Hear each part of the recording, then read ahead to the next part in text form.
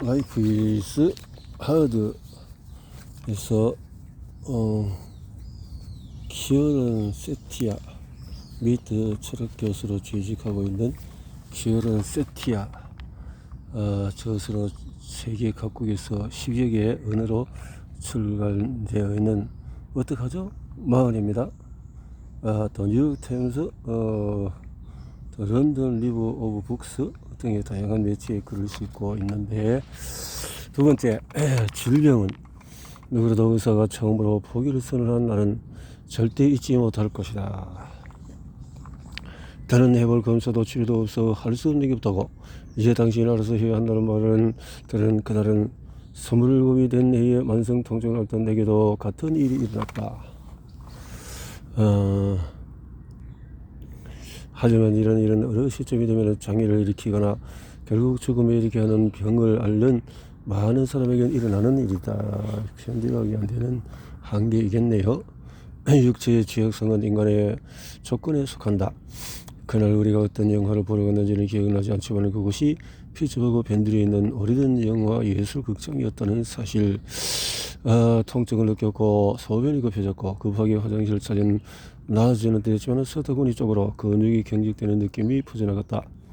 몇 시간 뒤에 통증이 잦아든 대신에 다시 소변이 마려워서 새벽 1시가 넘는 시간에 잠에서 깼다. 화장실에 갔지만 악몽 같은 도정을 넣어도 달라지지 않았고 몸이 어떻게 반응하는지 느낌도 사라지지 않았다. 화장실 바닥에 널브러져서 정신이 나간 채 뜬 눈으로 밤을 새웠다. 이따금 소변을 봤지만 몸이 보내는 이상 신호를 멈추는 데는 헛수고였다. 당연히 다음날 아침 1차 진료를 기간을 찾았는데 의사는 여러 감염인 것 같으며 항생제를 처방해 주었다. 그러나 검사 결과는 음성이었고 몇 가지 이름이 난해한 다른 질환을 하기 위해서 진행한 다른 검사의 결과도 마찬가지. 통증은 잦아들지 않고 그때부터 사건의 순서에 대한 기억이 흐릿하다. 내 기억력이 형편없는 데다가 11년 후 이사를 하면서 내 의무 기록을 피츠버그에서 밑으로 이관하려 했을 때 의료계의 요식 체계 때문에 번번이 실패했기 때문이다. 그러나 중요한 몇몇 사건은 절대 잊히지 않는다. 첫 번째 사건은 한 여역학 연구에 들어가서 카테터, 여러 가지 진단과 치료를 위해서 소관이나 방광기관지 혈관 등에 삽입하는 그것을 삽입했을 때다. 나는 엄청난 양의 액체를 마신 후에 소변의 속도, 흐르는 기능을 측정하는 기계에 소변을 보아야 했다.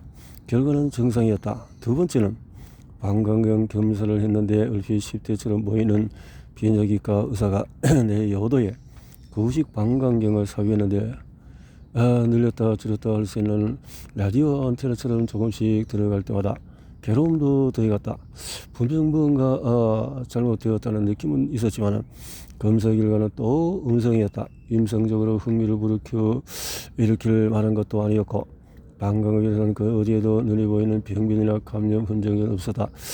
그날 아침에 병원에 매우 분주했는지 이상이 없는 결과가 나오자 의사와 간호사 모두 나의 존재를 잊은 듯 했다. 나는 조심스럽게 옷을 챙겨 병원을 나왔다. 포브스 애비뉴를 따라서 다소 어색하게 다리를 쩔뚝이며 당시 내가 일하던 피츠버그 대학교에 배움의 전당 건물까지 걸어갔다. 거대한 남군 모형으로 우스꽝스럽게 생긴 고초층 고딕 양식 건물이 나를 내려다보고 있을 때 내 속옷 안에서는 피가 뚝뚝 떨어지고 있었다. 피츠버그에서 마지막으로 받은 진료는 다른 비뇨기과에서였다. 그 때문에 나는 내 증상이라고 부른 것에 익숙해져서 불편함 속에서도 잠을 잘 수 있었고 통증의 웅성거림을 배경소음으로 삼아 삶을 그럭저럭 살아가고 있을 때였다. 의사는 내게 계속 그렇게 하라고 조언하면서 이렇게 말했다. 왜 그런 통증이 생기는지 모르겠습니다. 명확한 원인이 없어 보여요. 안타깝지만 이런 일은 흔합니다. 가능하다면 통증을 무시하려고 애써보세요. 의사는 수면보조제로 저용량의 뉴로틴 항경련제의 신경통증약인데 처방해주고 나를 돌려보냈다. 그 약이 플라세보였는지 아니었는지는 여전히 모른다. 약이 도움이 되는 것 같기도 했지만 몇 년 후 확실한 효과가 없기에 그 복용을 그만두었다. 그러게 대략 13년을 살았다. 진단명도 없이 어떤 치료도 없이 나는 가급적 통증을 무시하고 일에 몰두했으며 일단은 수면과 일상과 망치는 통증이 찾아오면 초조한 마음으로 견뎠다. 그러는 사이에 나의 가족에게도 시련이 다가왔다.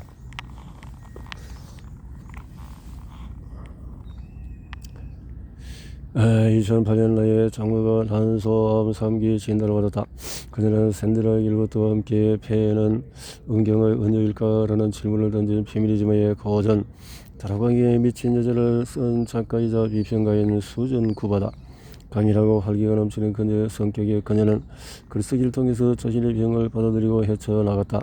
가장 큰 정량을 제거하기 위해서 길고 복잡한 용적 축소술을 받고 화학요법을 시작한 이야기, 스스로 감염을 막기 위해서 고통스럽게 관을 삽입했으나 감염 예방에 실패한 이야기, 결국 인공학문 성형수를 받게 된 이야기를 무섭도록 정확하게 묘사했다.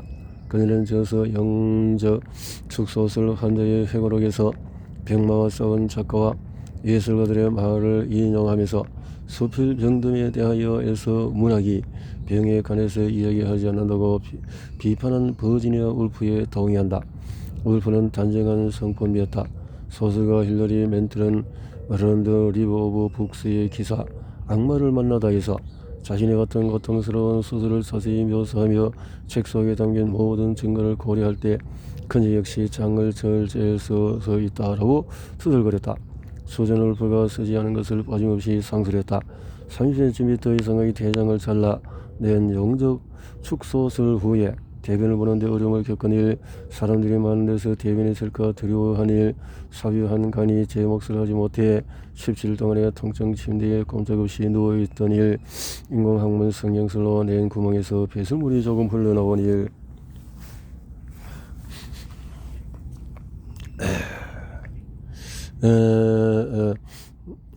끊임없이 무력해지는 일에 관해서 솔직하게 이야기했다. 그녀는 솔직하게 이야기했다. 마지막 화학요법을 받은 지 반년이 지났지만은 발이 여전히 감각이 없어서 몇 번간 서 있어도 여지없이 통증과 피가 몰려왔다고 썼다. 모든 것에도 불구하고 그녀는 3차 화학요법 실패 후에 시도한 신약이 효과를 보인 덕에 모든 역경을 딛고 지금까지 살아있다. 그러는 사이에 수전의 딸 내 아내 마르는 왼쪽 난소에서 유피 낭종이 발견되어 낭종 제거 수술을 받았다. 유피란 치아노털이 자랄 수 있게 하는 낭코를 말한다. 마르는 어머니에게서 BRCA2 유전자를 물려받아 유방암과 난소암에 걸릴 위험이 높기 때문에 정기적으로 검진을 받는다. 장인 어른은 심장절개 수술을 받았고 고향 잉글랜드에 계신 나의 어머니는 초기 발견 알츠하이머 진단을 받았다. 내가 이런 시련에 관해서 이야기하는 것은 우리가 여호와의 가족처럼 유난히 불행해서가 아니라 우리가 유난히 불행한 것이 아님을 알기 때문이다.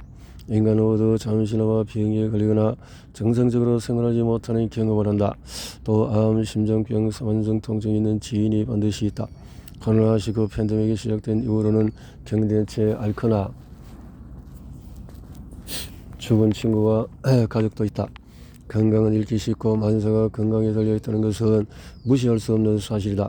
세상에서 가장 강건한 사람도 늙고 기력이 쇠하기 마련이며 장애인 인권 운동가들이 임시 비장애인이라고 명명한 인구 집단에서 제외되는 때가 온다.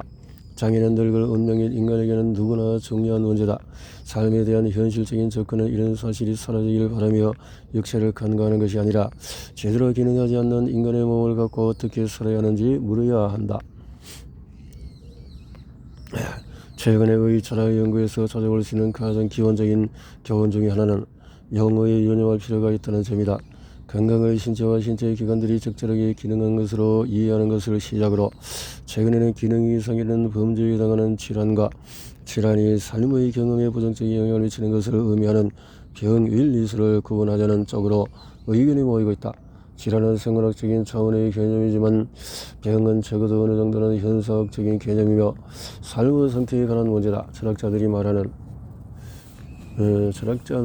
말하는 것처럼 병의 질환이 삶을 불행하게 만드는지 그렇지 않은지에 달려있다. 일반적으로 몸이 제 기능을 하지 못할 때 얼마나 잘 살 수 있느냐는 그것이 미치는 영향에 달려있는데 그 영향은 어디서나 개인의 우운 또는 사회적인 환경에 따라서 달라진다. 자유롭게 약물 치료를 받을 수 있는 경우라면 일형 당뇨병과 같이 심각한 질환도 큰 병 없이 살 수가 있다. 그러나 의료 서비스를 전혀 받지 못하는 경우라면 가벼운 감염이나 이질에도 생명을 잃을 수 있다. 결론적으로 병어, 재산, 또 인종, 국적에 따라서 질환보다도 훨씬 더 불평등하게 나타난다. 장애와 관련된 문제는 그것이 장기적인 장애든 노화로 인한 점진적인 장애든 여전히 복잡하다. 최근에 몇십 년의 장애에 이른 연구자들은 신체 장애의 정의에 대한 사회적인 합의가 필요하다고 주장해왔다. 저서 비원 육체에서 비평가 로즈마리 칼런드 톰슨은 장애를 의학 분야에서 정치적 소수의 영역으로 옮겨가자 했다. 미국에서 장애인법이, 영국에서 장애인 차별금지법이 통과된 것은 이런 소수자들이 이뤄낸 성과다. 장애인 이슈는 시민권운동의 핵심이다. 이런 관념들이 철학계에 편입되는 데는 상당한 시간이 걸렸지만 철학자 엘리자베스 반스도 최근에 표현한 저서에서 다음과 같이 동의한다. 신체적으로 장애가 있다는 것은 결함이 있는 신체를 가졌다는 뜻이 아니라 소수자의 육체를 지녔다는 뜻이다. 갈런더 톰슨과 반스가 모든 논점에서 의견이 일치하는 것은 아니다. 두 사람은 장애의 본질, 장애의 형이 상학적인 에 대해서 의견이 다르다. 그러나 다수의 장애 문제에 관련 학자나 운동가들과 마찬가지로 사회적인 편의나 각종 시설 이용에 대한 불편함을 제외하면 장애가 삶을 더 고되게 만들지 않는다는 것이 두 사람의 공통적인 견해다. 동성애를 혐오하는 문화에서 동성애로 사는 것처럼 장애인으로 사는 것은 불리한 일이지만 그건 사회적인 문제이지 당연하고 불가피한 결과가 아니다. 신체 장애는 본질적으로 잘 사는 것을 방해하지 않는다. 이는 당혹감을 불러일으킬 뿐 아니라 선뜻 믿기 힘든 주장이다. 철학자들은 장애를 갖게 인된 상해나 성의 패러다임을 치부하는 경우가 많다. 두려움을 느끼고 오해하기는 쉽긴 하지만 장애인 인권 운동가들의 주장에는 진실이 있다. 바로 적절한 편의가 주어진다면 일반적으로 신체 장애에 인해서 대개의 삶이 더 불행해지지 않는다는 사실이다. 신체 장애가 명시적인 신체 기능 이상의 한 범주라면 그것은 병이 아니라 질환과 유사하다. 신체 기능 이상은 생물학적인 문제다. 그것이 삶의 경험에 미치는 영향은 환경에 따라 다르다. 말하자면 신체 장애가 그 자체로는 사람에게 나쁠 것이 없다는 의미다. 장애가 삶을 힘들게 한다면 그것은 장애가 실제로 어떻게 사느냐에 영향을 미치기 때문이다. 이와 관련하여 좀 더 보편적인 의미의 교훈을 찾아볼 수 있는 이야기가 있다. 존 우스의 아름다운 그림책 달을 줄 걸 그래서 에서 본농부의 복에 관한 도교 우화다. 한 농부가 있었는데 그가 기르던 말이 어느 날 도망가자 요수이라고 참안되었습니다. 글쎄요. 그랬던 이야기가 있죠. 그래서 복을 가져왔다. 또 그러나 또 아들의 이야기 등등으로 했는데요.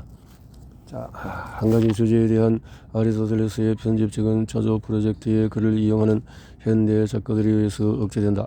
심리학자 조나선 하이트도 그 중에 하나다. 그는 행복이 탁월성 또는 덕에 따른 정신활동이라는 아리스토텔레스의 말은 행복이 가난한 이들을 돕거나 성욕을 억제하는 데서 온다는 뜻이 아니다. 그것은 자신의 장점을 발달시키고 잠재력을 실현하며 천성대로 사는 것이 좋은 삶이라는 의미라고 주장한다. 그러나 성에도 긍정적이었던 점을 제외하면 아리스토텔레스의 말은 하이트의 해석에 정확히 반대되는 것이었다. 아리스토텔레스의 행복은 우주와 우주의 법칙을 고찰하는 지적으로 탁월한 삶이거나 모든 복이 깃들어서 용기, 절제, 관용, 정의, 우애, 금지 등의 이적을 실천하는 삶이다. 아리스토텔레스의 의식에는 개개인이 자신의 독특한 능력, 관심, 취향을 발전시킬 수 있는 적당한 좋은 삶의 다양성을 상승할 수 있는 여지가 없다. 너무 완벽해서 부족한 게 없는 삶이라는 허상, 성장하고 발전하는 길은 오로지 하나라는 확신, 우리는 관념에 저항해야 한다. 이런 다양한 분야의 다양한 사람들을 떠올릴 수 있다는 사실은 아리스토텔레스의 윤리학 이후의 좋은 삶의 구성 요소가 다채로워졌음을 시사한다. 즐기기 위한 활동이 명상들은 정치에 딱 하나만 있는 것이 아니라 음악, 문학, TV의 영어부터 많아졌고 모든 게 해당되는 말은 아니다. 아리스토텔레스가 어떤 하나의 이상적인 삶에 천착한 것은 잘못일지 모르지만 어떤 것은 바늘 가치가 있고 어떤 것은 그렇지 않다고 단언하는 것은 옳았다. 험은 멜빌의 걸작 단편 필경사 바틀비의 주인공 바틀비를 예로 들어보자. 이 소설의 화자는 현실에 안되어 있지만 선의를 가진 변호사다. 그가 비밀스러운 기운을 가진 바틀비를 필경사로 고용하고 어느 날 갑자기 바틀비가 필사본 검증을 거부하면서 본격적으로 이야기가 전개된다. 변호사가 검증을 요구하자 바틀기는 유난히 부드러우면서도 단호한 목소리로 안 하는 편을 택하겠습니다 라고 대답한다. 상황은 점점 더 악화되어간다. 그는 아무런 설명도 없이 계속 같은 말만 주문처럼 반복한다. 그는 생각 쿠키 외에 아무것도 먹지 않고 동료들과 대화도 하지 않으며 어쩌고 이어서 우편물을 확인하지 않고 변호사를 도와서 테이프를 받아 쓰는 일도 하지 않는다. 나중에는 사무실에도 나가지 않는다. 아들은 사무실에 살기 시작하고 그의 삶에 관한 어떤 질문에도 답하지 않으며 혼자 있는 편을 택한다. 심지어 해고된 후에도 일을 그만두지 않고 필경을 떠는 하지 않을 뿐만 아니라 변호사 집에 들어가 사는 것도 다른 일을 맡는 것도 거부한다. 결국 감옥에 끌려온 그는 먹을 것을 거부하다가 죽는다. 바틀빅의 연민을 느낄 수는 있지만 그의 욕망은 잘 이해가 되지 않는다. 그렇다면 모든 선택이 같다고는 할 수가 없다. 할 가치가 있는 일은 한정적이다. 그러나 그런 한계에 대해서는 인간은 다양한 방식으로 수없이 다양한 일을 하면서 성장하고 발전할 수 있다. 일단 이런 다원주의를 받아들이면 좋은 삶에는 부족한 게 없다라는 생각이 터무니없어 보이기 시작한다. 이런 내가 앞서 언급한 인물들의 삶만 봐도 명백하게 거짓이다. 그들의 삶에는 모두 결함과 결핍이 존재했고, 다시 말해서 우리가 모든 선에 참여하고 모든 종류의 음악, 문화, 예술, 스포츠, 취미를 사랑하고 청소비자, 간호사이자 교수이며 시인이며 성직자로 일하기 위해서 노력한다는 게 아니라는 의미다. 카를 마르크스는 공산주의 사회에서 나는 오늘은 이것을 내일은 저것을 하고 아침에는 사냥을 오후에는 낚시를 저녁에는 소를 치고 저녁 식사 후에는 비평을 하고 그저 내 마음관대로 할 수 있다고 썼다. 그러나 그말에도 그것이 의무라고는 이야기하지 않았다. 의무는 아니다. 이렇게 다른 사람들이 그것을 즐길 수 있도록 보존할 필요는 있다. 실제로 좋은 삶은 선택적이고 제한적이며 불완전하다. 실없이 들릴지도 모르지만 이것이 바로 신체 장애가 일반적으로 잘 사는 것을 방해하지 않는 이유다. 장애는 우리가 소중한 일을 행할 수 없게 만들므로 어떤 면에서는 유해하다. 그러나 어차피 소중한 일을 무엇이든지 할 수 있고 할 여유가 있는 사람은 아무도 없다. 여러 가지 좋은 것들에서 소외된다고 해서 크게 문제될 것은 없다. 대부분의 장애에는 대다수 사람들의 삶보다 결코 나쁘지 않은, 때로는 더 나은 삶의 가치가 충분히 남아있다.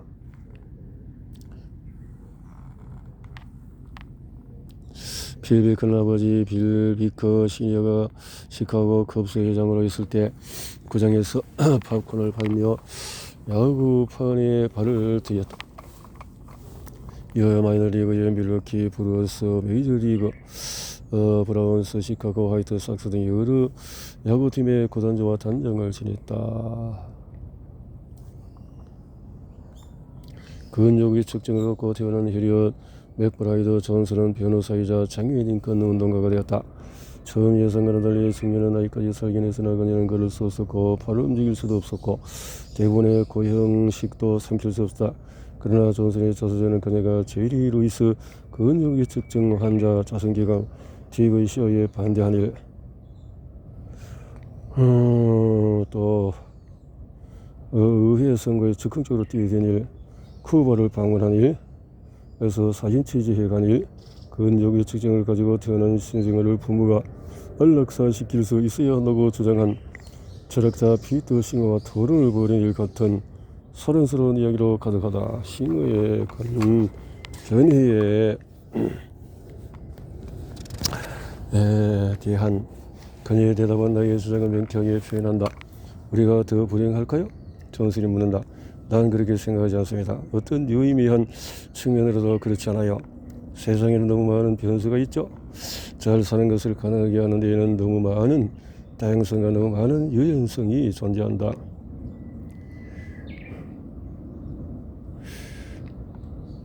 회의적인 철학자들은 장애가 삶을 특별히 불행하게 만들지 않는다면 다른 사람에게 장애를 처리하는 일이 왜 그런 일인지 반문할 것이다.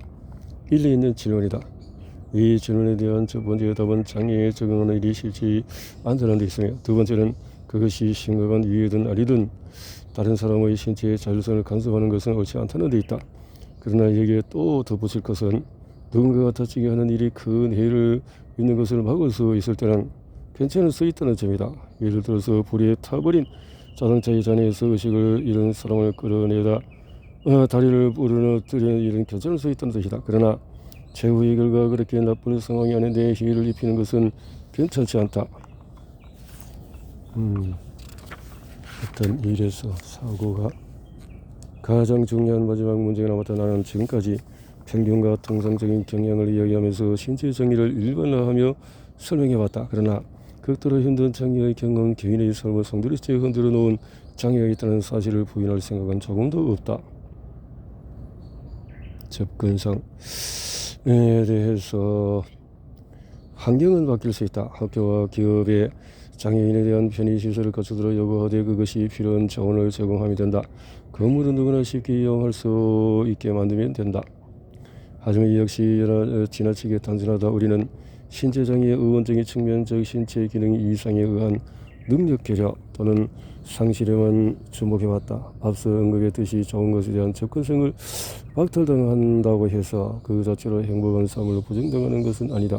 그것은 인간이라면 누구나 경험하는 일이고 나이가 들면서 더욱더 견뎌야 할 일이다. 우선 나는 신체 장애를 가진 사람이 아니기에 지금까지의 나의 논의는 보고 듣고 이런 것을 바탕으로 한 것이다. 그러므로 경험하지 않은 것을 쓰는 다른 위험성과 경고가 따른다.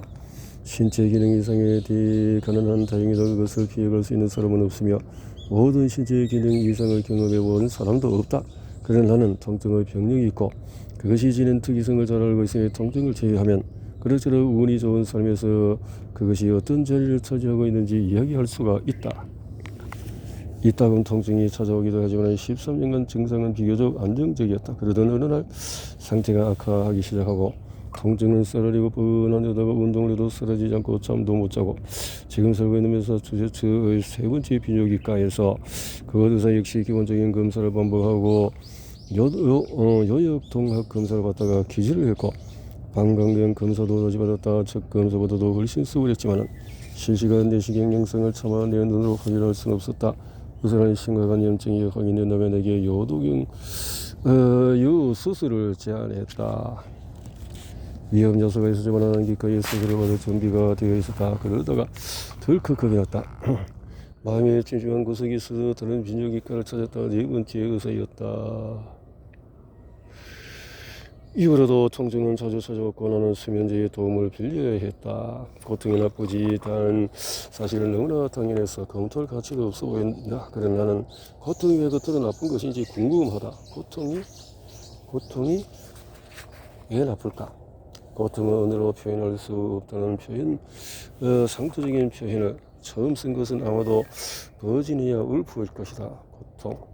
통증을 안고 사는 사람으로서 나는 울프와 스케일이 틀렸다는 것을 안다. 육체적인 고통은 지시 대상이 있다. 그것은 손상되었거나 뜻대로 움직이지 못하는 신체 일부를 의미한다. 그리고 우리는 고통의 특성을 표현할 수 있는 다양한 단어가 있다. 힐러리 멘틀이 울프의 말에 항변한 것처럼 말이다. 욱신욱신한 통증, 격려, 협착, 복통을 표현하는 어휘들은 다 무엇이란 말인가? 내 증상에는 요동치다 타들어간다 쥐어짜다가 적절해 보인다. 통증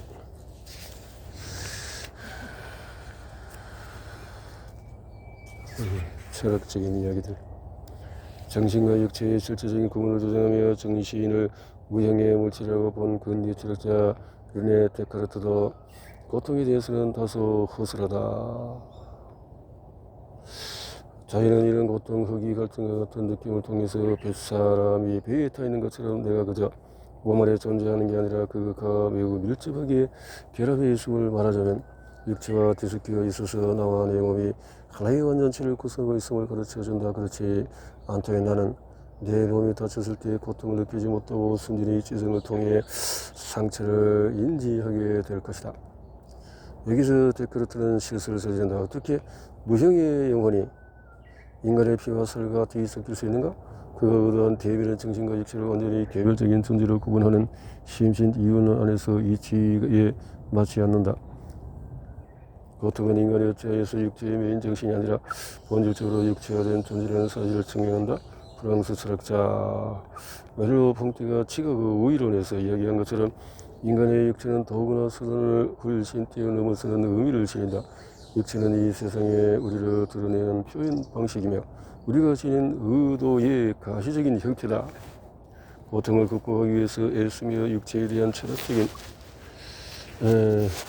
선택을 통해 우리가 얻을 수 있는 것은 무엇인가? 또 다른 위안은 건강과 투명성이 있다. 이들은 이것을 건강한 육체의 이침이라고 부른다. 어떤 것에도 집중할 수 없게 만드는 통증에 사로잡혀 있을 때마다 나는 통증 없이 살기만 해도 소원이 없겠다고 생각한다. 마음 편히 몸이 건강하다는 기분을 한 번이라도. 철학자들은 고통이 없는 즐거움을 핑키시라고 부를 수도 있다. 핑키시? 과거에 한 철학자가 접촉했을 때 회로에서 쇼트를 일으키는 장치에 철선을 연결하는 사고를 실험한 적이 있는데 장치에서 일렉트로 핑크 이 실험에서 활선은 전류를 말하지만 전기 충격은 전달하지 못한다. 얼마나 고통스럽든 얼마나 고통이 끝나기를 바라든 상관없이 우리는 고통 없는 삶의 행복을 과장해서 상상하는 경향이 있다. 통증 없는 삶이 가져다 줄 행복을 상상하는 이런 고통스러운 사람을 할 수 있으며 고통은 인간이 육체를 벗어날 수 없다는 사실, 고통이 없는 상태의 의미를 제대로 이해하지 못한다는 사실을 가르쳐준다. 하지만 고통은 그 외에도 우리가 타인과 맺는 관계 그리고 개의 타인이 우리와 맺는 관계에 대해서도 가르쳐준다. 나의 만성 통증 경험이 가르쳐준 소중한 교훈이 있다면 다른 사람에게 대한 추정적인 예민이다. 나의 고통에 관심을 기울인 일은 다른 사람에게 관심을 갖는 일과 생각보다 더 유사하다. 다수의 고통이 정점일 때에도 유사한 사고가 적용이 된다. 내 고통을 통해서 다른 사람의 고통을 생각할 수 있다. 매독을 하는 알폰스 도저의 고통을 생각해보자. 그의 단상에 기이한 통증이다. 무서운 화염과 같은 통증에서 네 몸 구석구석 깊은 골을 내가 갈기갈기 찢으며 볼을 찌른다. 십자가의 형이 따로 없다. 지난번 통증은 그러했다. 십자가 고통. 도대의 이 개별적인 철학자의 질병의 고통에 그래서 나는 18년간 만성통증에 시달리며 살기 전까지는 앞서 가정한 수술에 관한 생각이 바뀌었다 하거나 도대를 회생시키지 않는 쪽으로 마음이 바뀐 것은 아니다. 여전히 나는 만성 골반 통증보다도 3시간 동안 끔찍한 수술을 받는 쪽을 택할 테지만 도대의 고통을 대가로 수천 명의 두통을 치료하지는 않을 것이다. 내가 언제나 기억에 남을 만큼 심각한 통증에 시달리는 건 아니지만 통증의 발현과 완화를 감지하는 때가 없다. 통증이 내 관심방에서 사라졌을 때 깨달을 즈음이면 통증은 이미 사라진 지 오래다. 통증은 무시할 수 없을 만큼 극심할 때는 마치 통증이 아주 오랫동안 계속 뒤었고 영원히 사라지지 않을 것 같다. 통증이 없는 미래는 상상이 안 된다. 만성 통증, 고통의 뜻. 이것이 바로 내가 끔찍한 수술과 맞받고자 하는 고립감이다. 고통 때문에. 여기서 두 가지 교훈이 있다. 하나는 얼마나 계속될지 않는 것. 계속. 두 번째 교훈은 개별성이 생각보다 의미가 크지 않다는 것이다. 서로 다른 개인이 고통을 겪는 것이기에 다수의 가벼운 통증이 한 사람의 극심한 통증보다 더 중요한 것이 아니라면 각기 다른 개별의 시점에 발생하는 일련의 가벼운 통증 이 1시간 동안의 극한의 통증보다 더 나쁘다고 할 수는 없을 것이다. 그런 정리의 교훈은 여러 차례의 고통이 단일한 대상에게 가해질 때도 성립하지 않는다. 나는 이것이 시인 앤 보이어가 유방암 투병에 관해서 쓴 언다잉에서 비동일성 이야기를 하며 의미한 것이라고 생각한다. 철학이 아주 자주 있는 것이 있다면 바로 대부분의 시간을 그저 한 사람으로 존재하는 인간은 거의 없다는 사실이다. 모든 동일성이 상처를 줄 수 있는 것과 마찬가지로 이러한 비동일성도 상처를 줄 수가 있다. 우리는 다른 사람으로의 고통으로 인해 괴로울 수가 있다. 자, 이렇게 반드시 도대의 노트에서 가장 감동적인 구절은 자기 자신의 갖는 내용이 아니라 아내의 병에 관한 부분이다. 줄리아의 침대 곁에 지키는 것은 내내 괴로웠다. 질병 간호하면서 끔찍한 고통. 도대체로 나 역시 고통 중에도 연민이 살아있어 기쁘다. 상대방을 생각하는 그 고통이 느껴진다는 거죠.